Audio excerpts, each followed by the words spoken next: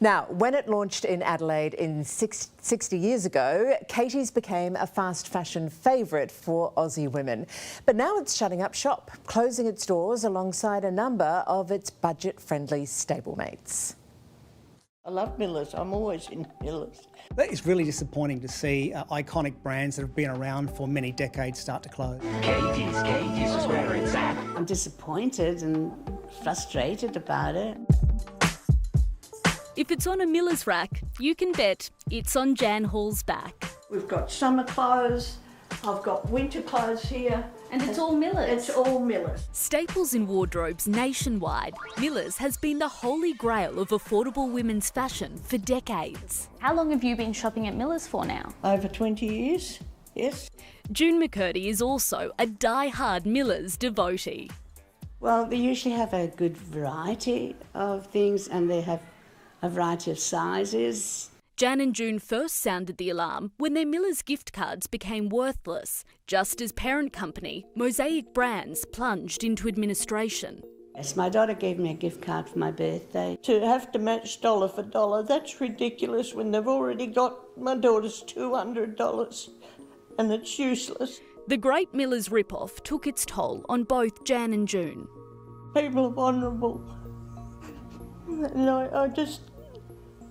And it's really stressed me out.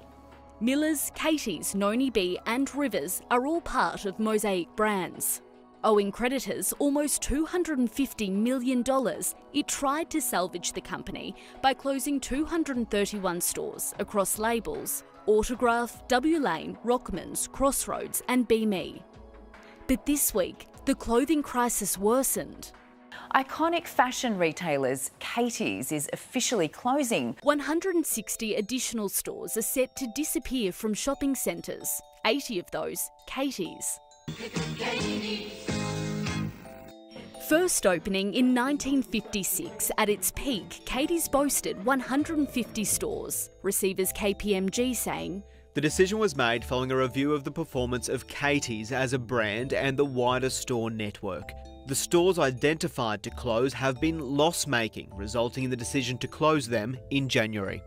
Ultimately, what they've done is self-cannibalisation. Leading retail expert, Professor Gary Mortimer. When you think about the brands that Mosaic have, they're almost competing for the same customer. Women's fashion, mid-tier, mid-priced, aim for middle-aged customers. On top of Katie's, 80 Miller's, Rivers and Noni B stores will be shutting in January. The cuts are expected to impact around 480 employees, but it's hoped the move could save the failing business. I guess the good news here is that the new model of Mosaic, which will be a smaller range of businesses, around about 530 businesses now come January 2025, will be a profitable business. At the moment it's not. Retailers closing their doors are blaming a mix of soaring operational costs and tightening wallets. 2024 has seen a sharp increase in insolvencies, with many other well-known brands among the latest casualties. At Godfrey's bulk stores, we're overstocked with trade-ins. They just keep pouring in. Roger David, for example, was in the business for 76 years. They've closed. We've had Godfrey's. They also went out of business in 2024. And then, of course, Tupperware. Tupperware freshness, that's our promise. Look at all the ways we keep it. Even if Mosaic Brands secures a new buyer, for loyal label lovers, the future is far from stitched up. What I think may happen is, I guess, a rationalisation of brands. The new buyer may say we actually don't need 4 or 5 brands any longer, we may only need 2. Can't get the quality that Miller's have, and especially for the elderly. So after decades of shopping at Miller's, what are you going to fill your wardrobe with now? I really don't know. Hopefully there'll be some competition out there.